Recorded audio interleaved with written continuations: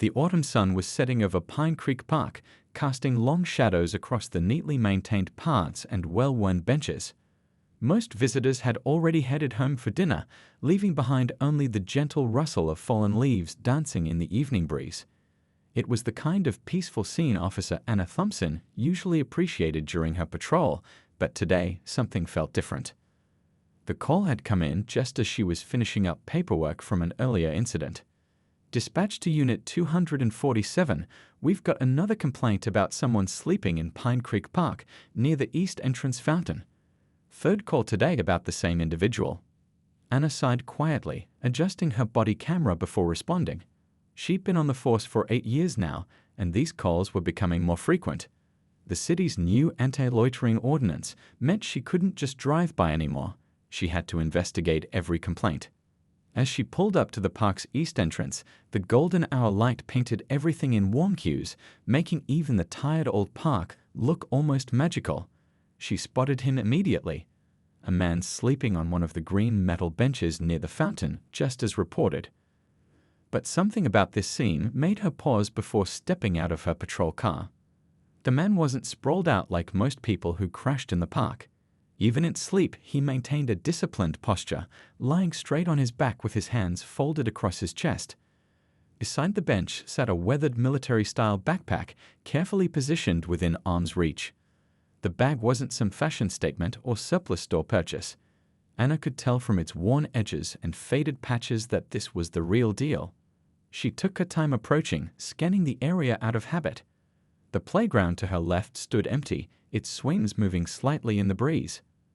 A couple walking their dog had stopped to watch from a distance, probably some of the same people who'd called in the complaint. Anna gave them a small nod of acknowledgement before turning her attention back to the sleeping man. Drawing closer, she noticed more details that didn't fit the usual profile of park sleepers she encountered. His clothes, though clearly worn, were clean and properly maintained. His boots, dusty but serviceable, were tucked neatly under the bench. A worn baseball cap covered his face, shielding it from the setting sun. "Sir?" Anna called out, maintaining a professional distance. No response. She tried again, slightly louder. "Sir, I need you to wake up." The man's transition from sleep to wakefulness was almost instantaneous. Another detail that caught Anna's attention. Most people she woke up in the park were either groggy or startled. This man simply moved the cap from his face and sat up in one smooth motion, like someone used to being on alert. His face told a story Anna wasn't expecting. He appeared to be in his mid-30s, with clear eyes that seemed to take in everything at once. A scar ran along his jawline, old but noticeable. Despite just waking up on a park bench, he carried himself with unmistakable dignity. "Good evening, officer," he said, his voice steady and respectful. He didn't slur his words or show any signs of intoxication. Instead, he maintained direct eye contact while keeping his hands visible, another telling detail. "Evening, sir. We've received several calls about someone sleeping in the park. I'm sure you're aware that's not allowed." Anna kept her tone professional but not confrontational. Something about this situation told her to tread carefully. "I understand," he replied, but made no move to get up or gather his things. Just needed some fresh air and open space. Must have dozed off. Anna noticed how he scanned their surroundings every few seconds, not in a threatening way, but like someone who learned the hard way to always be aware of their environment. His eyes lingered on the empty playground, then the open fields beyond, before returning to meet her gaze. "I'll need to see some identification," Anna said, following protocol while still trying to read the situation. The man's expression tightened almost imperceptibly. "I'd rather not," he responded quietly.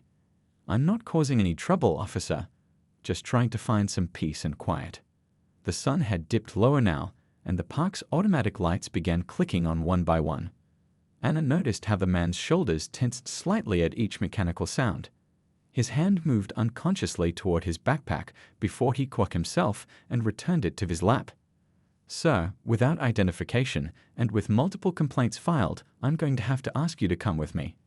Anna kept her voice steady, but she was increasingly certain there was more to this story than a simple case of illegal camping. The man's eyes met hers again, and this time she saw something in them, not defiance or anger, but a deep, bone-weary exhaustion that no amount of sleep on a park bench could cure. He glanced at her nameplate, then her badge, before speaking again. "Officer Thompson," he said, his voice taking on a different tone, "before we go any further with this, there's something you should know." He paused, seeming to weigh his next words carefully. "I'm not trying to be difficult, but there's a reason I'm out here instead of." A car door slammed somewhere in the parking lot, and the man's whole body tensed. Anna watched as he took a deliberate breath, his fingers gripping the edge of the bench until his knuckles went white. The reaction lasted only seconds, but it told her volumes. The couple with the dog had moved closer, obviously curious about how the situation would play out. Anna noticed how the man's attention kept shifting to them, then back to the open spaces around them, like he was mapping escape routes or potential threats.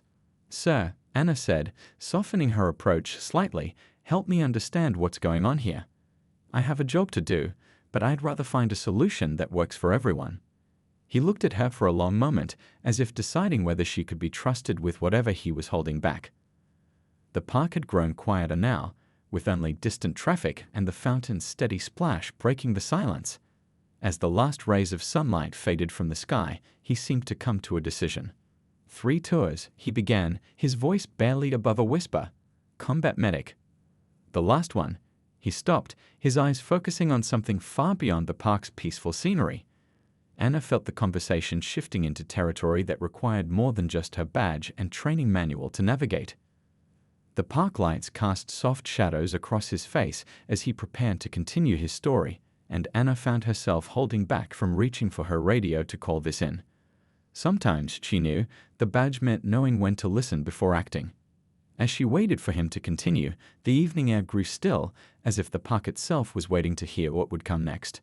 Behind them, the fountain continued its steady flow, its white noise somehow making it easier for him to find the words he needed to explain why a decorated combat veteran was choosing a park bench over a proper bed.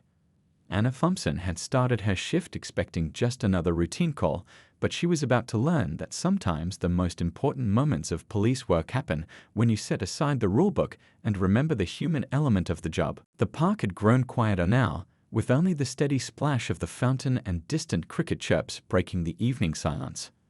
Officer Anna Thompson watched as the veteran on the bench straightened his shoulders, preparing to tell his story. But before he could continue, a group of teenagers burst out laughing somewhere behind them, their sudden noise shattering the moment. The veteran's reaction was supple but immediate. His hand instinctively moved toward his backpack again, and his eyes darted to locate the source of the sound. Anna noticed how his breathing changed, shorter, more controlled, like someone trying to manage rising anxiety. "Sir," she said gently, deliberately positioning herself to block his view of the teens, "I still need to see some identification. I understand you might have your reasons, but I have procedures I need to follow." He nodded slowly, his expression shifting from open to guarded. "I get that, officer, I really do. But showing ID means going into my pack, and right now," he paused, choosing his words carefully, "right now, that's not something I'm comfortable doing." Anna felt the situation balanced on a knife's edge. Her training told her to take control of the situation. An unidentified subject refusing to comply with basic commands raised all sorts of red flags. But her instincts, honed by years on the street, told her something different. "How about this?" she offered, maintaining a calm, professional tone. "Keep your hands where I can see them and tell me why you're really here. Help me understand what's going on." The man's eyes met hers, searching for something. Whatever he saw must have offered some reassurance because his shoulders relaxed slightly. "You ever notice how this park is laid out, Officer Thompson? Clear lines of sight in every direction, multiple exit routes, open space all around, no blind corners or hidden approaches." As he spoke, Anna found herself seeing the familiar park through new eyes.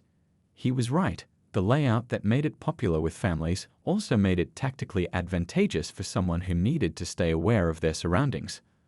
"Most people see a nice place for picnics," he continued, his voice taking on a distant quality.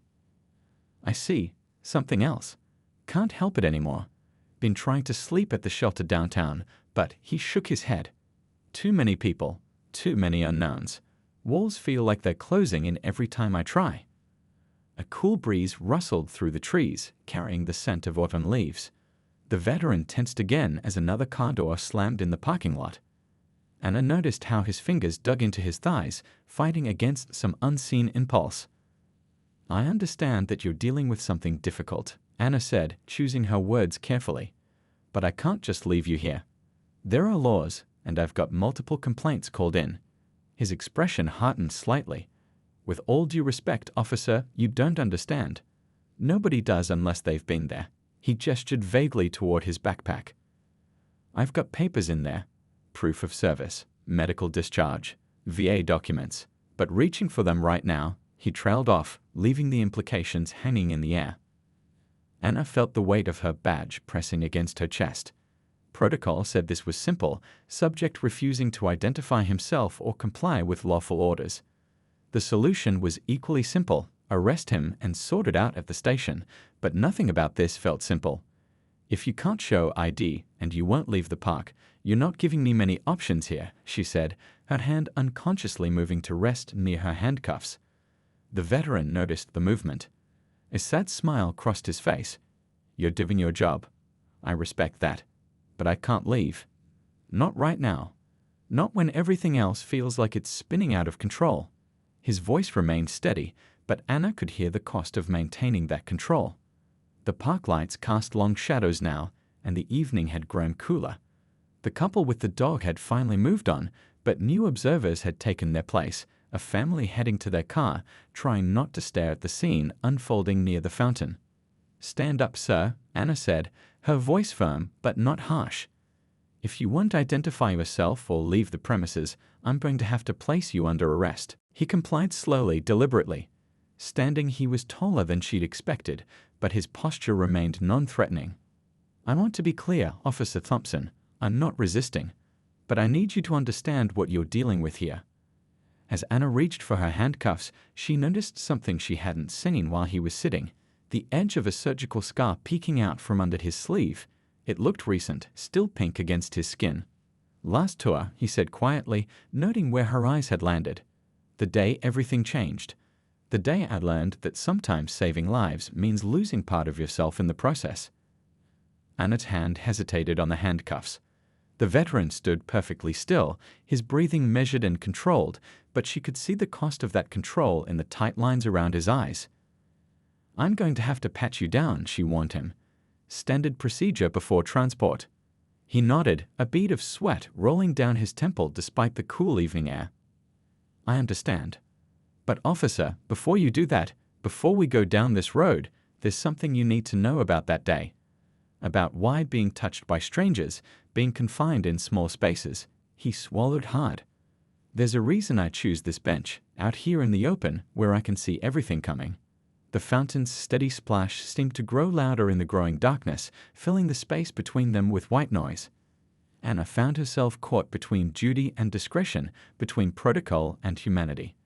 The veteran's story was clearly building to something important, something that might change how this entire situation needed to be handled. She glanced at her watch, then at the mostly empty park around them. Sometimes, she reminded herself, the best police work happened when you took the time to listen, even when policy said to act. As she prepared to hear what came next, Anna couldn't shake the feeling that this routine call was about to become anything but routine. The evening had settled fully over Pine Creek Park, with the moon rising above the trees. Officer Anna Thompson stood quietly, her hand no longer resting on her handcuffs, as the veteran gathered his thoughts.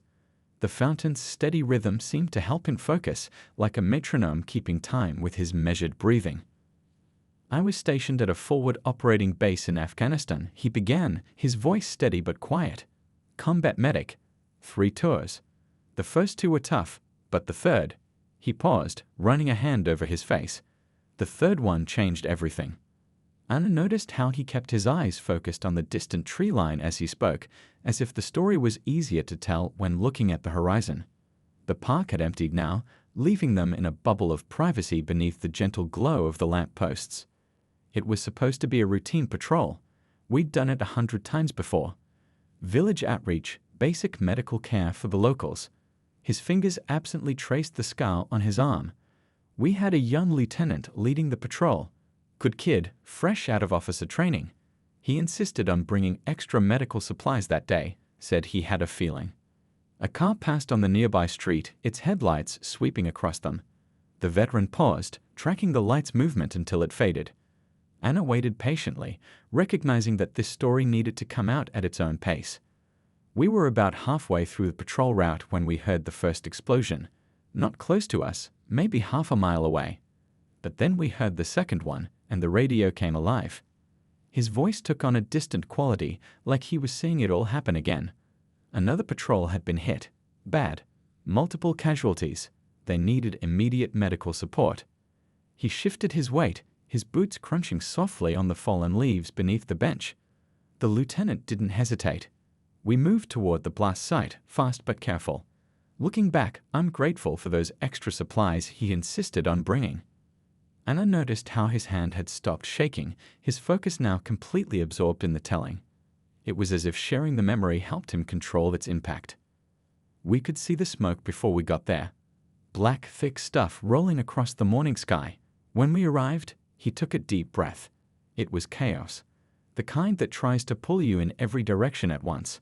3 vehicles hit, men down everywhere, the sound of gunfire in the distance. He glanced at Anna, as if checking whether she really wanted to hear the rest. She nodded slightly, encouraging him to continue. As a combat medic, you train for mass casualty situations, but training and reality are different animals entirely. I had to make choices, quick ones. Who to treat first, who could wait, who. He stopped, swallowing hard. You learn to shut off the part of your brain that wants to process it all. You just move. Act. Do what needs doing. The park's motion sensor lights clicked off, leaving them in the softer glow of the permanent lamps. The veteran seemed to appreciate the dimmer lighting, his shoulders relaxing slightly. I was working on a guy with a chest wound when the third explosion hit. Close, too close. I remember the pressure wave, the feeling of heat, then nothing for a few seconds. His hand moved unconsciously to his side. When I came to, everything had changed. The air was thick with dust and smoke, new screams mixing with the old ones. He stood up slowly, not in defiance but as if sitting still had become impossible. Anna let him move, maintaining a respectful distance while staying alert. That's when I saw the lieutenant. He was down, bad hit to his leg. But he was still giving orders, directing the response. I started toward him, knowing every second counted. The veteran's voice grew quieter. That's when I heard it, the sound of someone struggling to breathe. Not the lieutenant, someone else, partially buried in the rubble. He began pacing slowly, his movements controlled despite the emotion in his voice. I had to choose. The lieutenant was losing blood fast, but this other soldier, he couldn't breathe. 2 men, both critical, and only one of me. Anna watched as he stopped pacing, his eyes focusing on something far beyond the park's boundaries. I chose the soldier who couldn't breathe, dug him out, cleared his airway, got him stabilized. The whole time, I could hear the lieutenant calling out coordinates, organizing our defense. Even with his leg torn up, he kept fighting. The veteran's voice cracked slightly. By the time I got to him, he'd lost too much blood. He was still conscious, still trying to lead. His last words were asking if the others were okay. He shook his head slowly. He died knowing I'd chosen to save someone else first. Died still thinking about his men. A long moment of silence followed, broken only by distant traffic and the ever-present fountain. When he spoke again, his voice had changed, carrying the weight of what came after. They gave me a silver star for that day, said I saved 14 lives under heady fire. But I'll never forget the one I couldn't save. The one I chose not to save first. He turned to face Anna fully. That's why I can't sleep in the shelter, officer. Every time I close my eyes in a small space, I'm back there, buried in smoke and dust, hearing men cry out for help. Every time someone touches me unexpectedly, I feel a pressure wave from the explosion. He gestured to the open park around them. Out here, I can breathe. I can see what's coming. No walls to close in, no crowds to press against me. Just open space and quiet. His eyes met Anna's. I know it's against the rules. I know you've got a job to do. But now you know why I'd rather face arrest than go back to those 4 walls. The weight of his story hung in the air between them. Anna could see now why he'd been so reluctant to reach for his ID, why he maintained such careful control of his movements and surroundings. The routine call she'd responded to had become something far more complex, a collision between city ordinances and the hidden costs of war that followed soldiers home. As she considered her next move, the veteran remained standing, patient and dignified, despite having laid bare such painful memories. The choice before her was no longer simply about enforcing the law.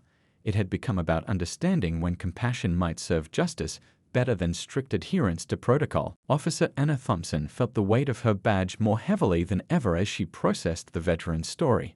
The park had grown perfectly still, as if nature itself was holding its breath, waiting to see what would happen next. A memory surfaced, one she'd been trying to push away since this encounter began.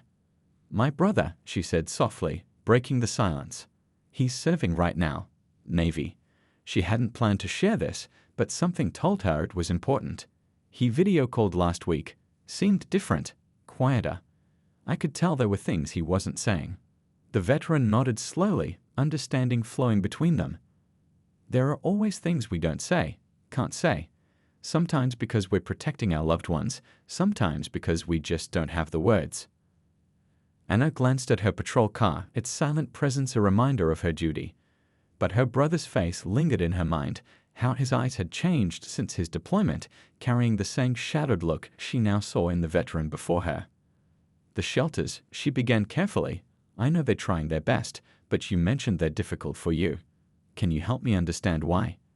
He drew a deep breath, seeming to appreciate her genuine interest. "Picture being in a room with 50 strangers. Every cough, every sudden movement, every door slam echoes off the walls. Your brain is constantly scanning for threats, even when you know you're safe. It's exhausting." He gestured to the open park around them. "Out here, I can breathe. I can see what's coming." A gentle breeze rustled through the trees, carrying the scent of autumn leaves. The veteran continued, his voice growing more confident as he explained. "The worst part about the shelters isn't even the crowding. It's the feeling of being trapped. The beds are lined up against the walls, and they assign you a spot, usually far from any exit." Anna remembered her brother describing his sleeping quarters on the ship, how he'd learned to shut down his mind to handle the confined space, but he could leave when his tour ended. For the veteran before her, the battle continued on home soil.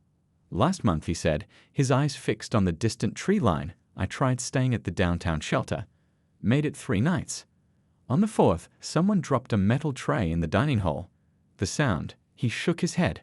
"Next thing I knew, I was outside, heart racing, couldn't catch my breath.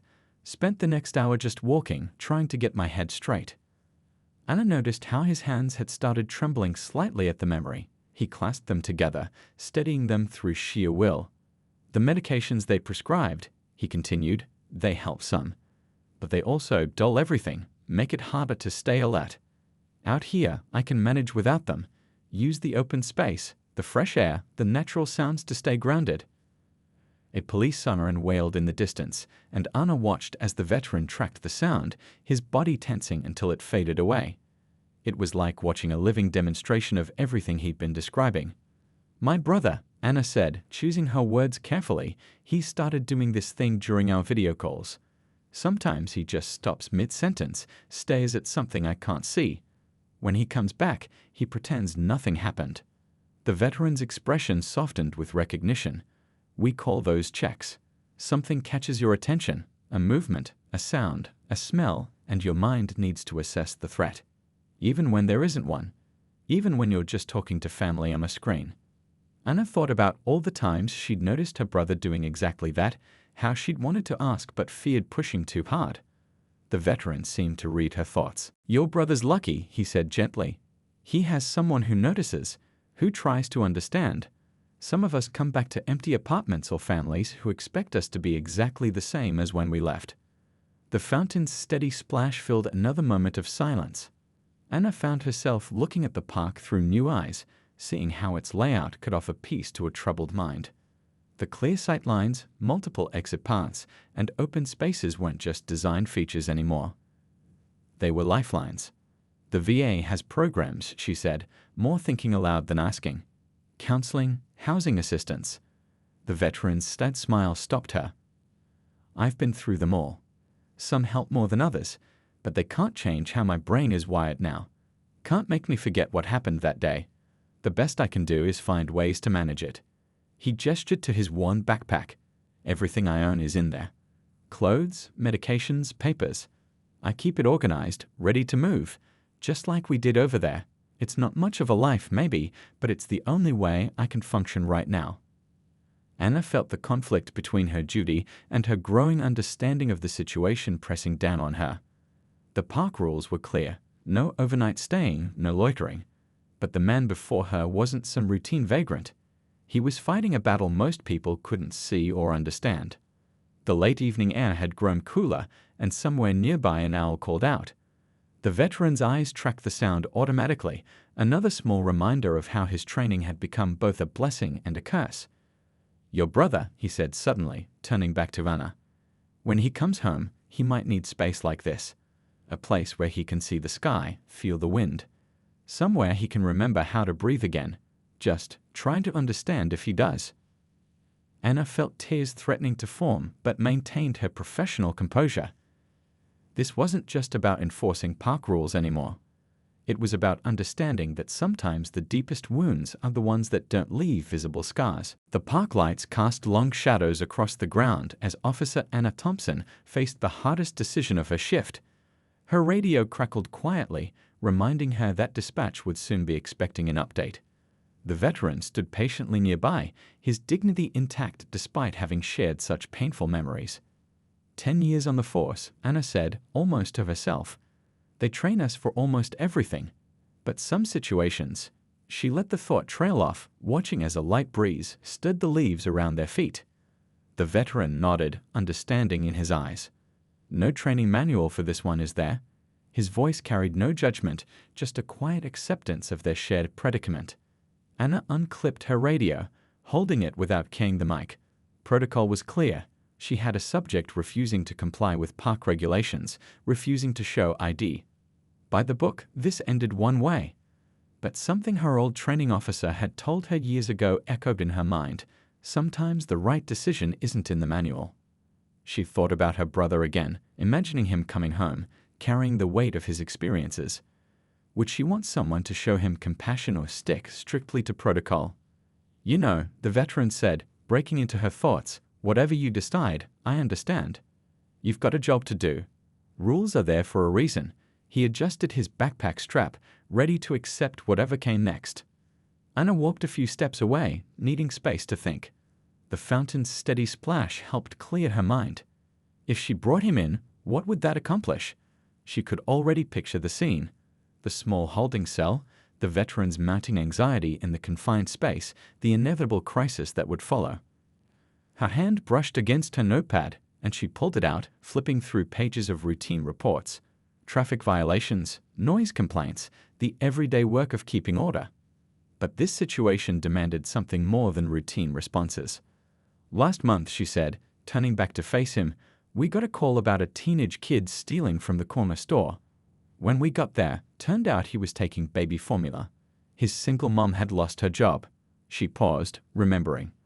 Sometimes following procedure isn't the same as doing the right thing. The veteran watched her carefully, sensing the weight of the moment. What happened to the kid? Instead of arresting him, we worked with the store owner. Set up a program where the mom could work part-time to pay for what was taken. Got her connected with job resources. A small smile crossed her face. She's assistant manager now. A distant siren wailed, and they'd both tracked the sound until it faded. The veteran's automatic response to the noise only reinforced Anna's growing certainty about what needed to be done. "Here's my dilemma," she said, her voice taking on a professional tone despite the emotion behind it. "I've got multiple complaints about someone sleeping in the park. City ordinance says that's not allowed. But I've also got a decorated combat veteran dealing with serious trauma, trying to find a way to cope." She began pacing slowly, thinking out loud. "If I bring you in, best case scenario, you spend a night in a cell, more confined than the shelters you can't handle. Worst case, something triggers your PTSD, and we end up with a crisis that helps nobody." The veteran remained silent, letting her work through it. His calm presence made the decision both easier and harder. Easier because he showed no signs of being a threat, harder because it highlighted how wrong it would be to treat him like a criminal. But if I let you stay, she continued, I'm ignoring direct complaints from citizens, setting a precedent. Maybe encouraging others to sleep here too. She stopped pacing, facing him directly. And yet, everything in my gut tells me that enforcing the letter of the law right now would be wrong. A group of geese flew overhead, their calls carrying clearly in the night air. Both Anna and the veteran tracked their movement instinctively. Her from police training about situational awareness, him from military necessity. You know what really gets me? Anna said, her voice softening. In a few months, this same park will host a Veterans Day ceremony. People will give speeches about honoring our heroes, supporting our troops. But here you are, one of those heroes, and the system wants me to treat you like a trespasser. The veteran shifted his weight, uncomfortable with the hero label but understanding her point. The park rules exist for good reasons, he offered. Can't blame people for wanting to feel safe in their neighborhood. Anna appreciated his fairness even in this difficult moment. It only reinforced her growing conviction about what needed to be done. She thought about her brother again, about his changed eyes in their video calls, about how someday he might need someone to understand rather than just enforce rules. The radio crackled again, dispatch doing routine checks. Soon they'd ask for an update on her status. The time for thinking was running out. A decision had to be made. Looking at her watch, Anna realized she'd spent over an hour on what should have been a routine call. But then maybe that was the point. Maybe the most important moments in police work were the ones that made you stop and really think about what justice meant. The weight of her badge seemed to shift as she reached her decision. Sometimes upholding the law meant understanding its spirit rather than just its letters. Sometimes the best way to serve and protect was to show compassion when the rulebook called for enforcement. Now she just had to figure out how to make this work, how to help someone who'd sacrificed so much for his country while still maintaining the order she was sworn to protect. As she formulated a plan, Anna realized this might be one of those moments that defined not just her career, but who she was as a person. 3 months had passed since that night in Pine Creek Park. Officer Anna Thompson's patrol car rolled slowly past the east entrance, where the fountain still splashed steadily in the crisp morning air. The bench where she'd met the veteran stood empty now, but the memory of that night remained vivid in her mind. Her radio crackled with routine traffic as she pulled into the parking lot. She had a few minutes before her shift officially started, and something had drawn her here today. The morning sun cast long shadows across the park, reminding her of that evening when a routine call had turned into something much more meaningful. As she stepped out of her car, she noticed a small group gathered near the community center at the park's edge. They were unloading supplies from a pickup truck, the same truck she recognized from that night, Tom's truck. Walking closer, she spotted a familiar figure among the volunteers. The veteran stood there, helping organize boxes of supplies. He looked different now, still alert and aware of his surroundings, but more at ease. He wore a navy blue jacket with the Veterans Outreach Program logo, and his movements showed purpose and confidence. He spotted her approaching and gave a small wave. Officer Thompson, he called out, his voice carrying a warmth that hadn't been there during their first meeting. Perfect timing. We could use a hand if you've got a minute. Hannah smiled, taking in the scene before her. What's all this? Care packages, he explained, gesturing to the boxes. For veterans transitioning out of the hospital. Basic supplies, information about resources, some comfort items. He paused, then added with a slight smile. Things I wish I'd known about 3 months ago. Tom emerged from the community center, his familiar limp accompanied by the same gentle demeanor she remembered. Officer Thompson, good to see you. Your brother's care package ships out tomorrow, by the way. Added some extra coffee. Here they can't get the good stuff where he's stationed. Anna felt warmth spread through her chest. She'd mentioned her brother's deployment to Tom just once, but he'd remembered. That was his way, keeping track of the little details that meant so much to military families. The veteran picked up another box, setting it carefully on a folding table. Been helping out here twice a week, he explained. Tom's got me coordinating with the VA hospital, identifying folks who might need our program. Amazing how many don't know these options exist. Anna watched as other volunteers, some veterans, some civilian community members, worked together with easy familiarity. The scene was a far cry from that tense night 3 months ago. "How's the cabin working out?" she asked, genuinely curious about how he'd adapted to the program's unique housing setup.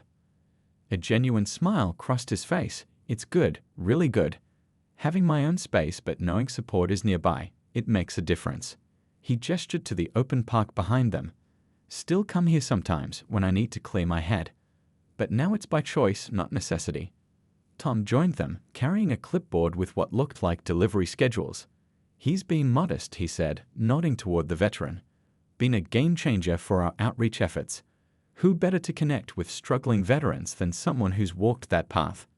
The veteran shrugged off the praise, but Anna could see the quiet pride in his bearing. He'd found something many veterans struggle to find after service: a new mission, a way to continue serving while healing himself. "Remember what you said that night?" he asked Anna suddenly. "About your brother?" "About hoping someone would understand if he needed help when he came home." He paused, choosing his words carefully. "That's what we're building here. A network of people who understand, who know that sometimes the hardest battles happen after you come home." A young volunteer approached with questions about the delivery schedule, and the veteran excused himself to help. Anna watched him go, noting how naturally he shifted into a leadership role, how his hypervigilance had transformed into careful attention to detail that made him excellent at organizing these efforts. Tom stood beside her, both of them observing the busy scene. "You know," he said quietly, "that night you called? Almost didn't answer. It was late. I was tired. But something in your voice," he shook his head. "Funny how the biggest changes sometimes hinge on the smallest decisions." Anna thought about her own decision that night to make the call instead of the arrest. "How many others?" she asked. "Since him, we've placed 12 more veterans in our program," Tom replied. Each one referred by someone who heard about his story. Word spreads in the veteran community. When they hear about someone who made it work, who found a way forward, he let the thought trail off as they watched the volunteer team efficiently loading supplies into delivery vehicles. The veteran returned, now wearing reading glasses and reviewing a checklist. "We're ahead of schedule," he reported. "Should have everything delivered by noon." He looked at Anna. "Want to see something?" He led her to a bulletin board inside the community center. Among the notices and schedules was a familiar-looking Silver Star citation in a simple frame. But below it was something new: a handwritten letter from a young lieutenant's family, thanking him for sharing his story at a support group, for helping them understand what their own son might be going through. "Can't change what happened that day," he said softly, "but maybe I can help make sure other veterans don't have to face their struggles alone." He turned to Anna. All because one police officer decided to listen instead of just enforce. Anna's radio chirped. Her shift was about to start. As she prepared to leave, she watched the veteran return to his work, directing volunteers, checking lists, building something meaningful from the broken pieces of his past.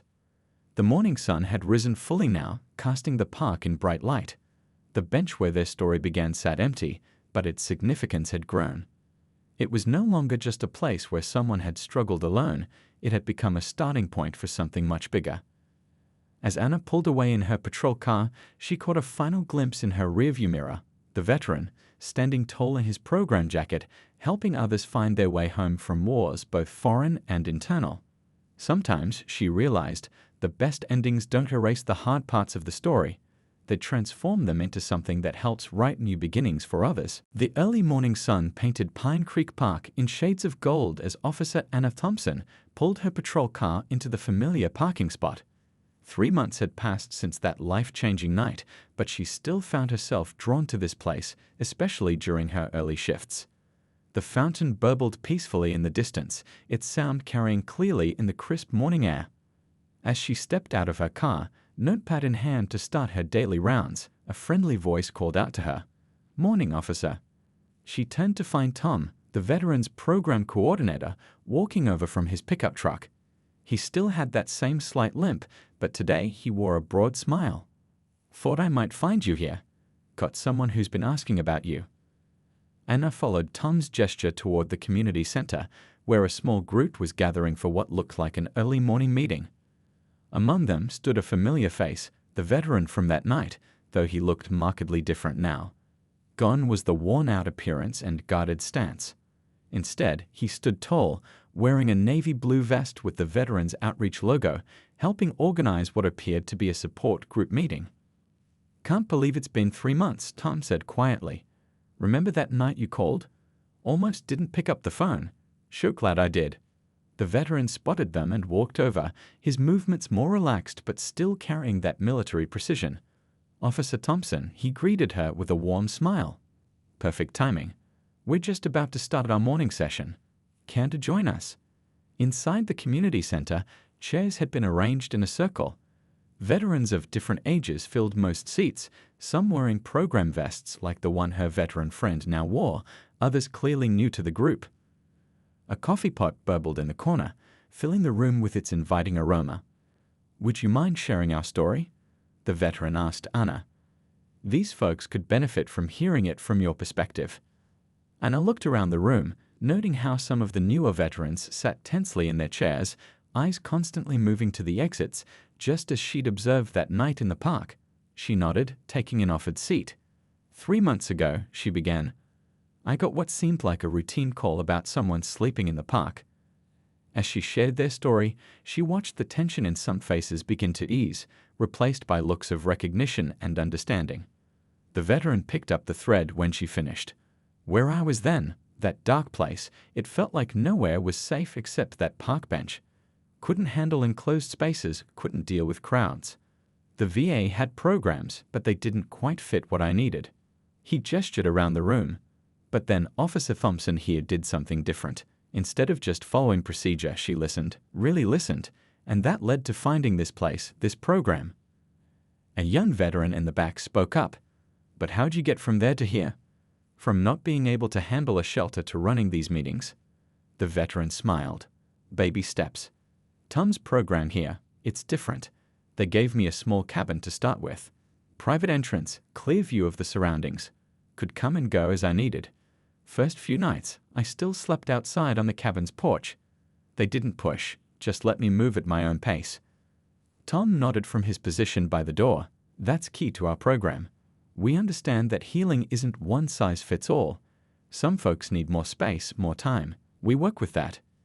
2 weeks in, the veteran continued, "I started helping with small tasks around the property. Fixing things, organizing supplies. Gave me something to focus on besides my own thoughts. Then one day, another veteran arrived, looking as lost as I'd been. Found myself sharing what I'd learned." Anna watched as he moved around the room, refilling coffee cups, completely at ease now in the enclosed space.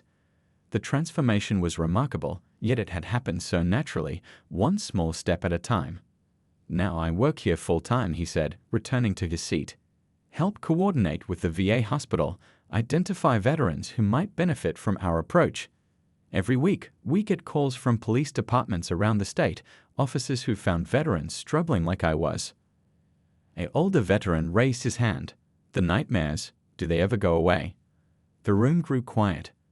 The veteran considered the question carefully. "They change," he answered honestly.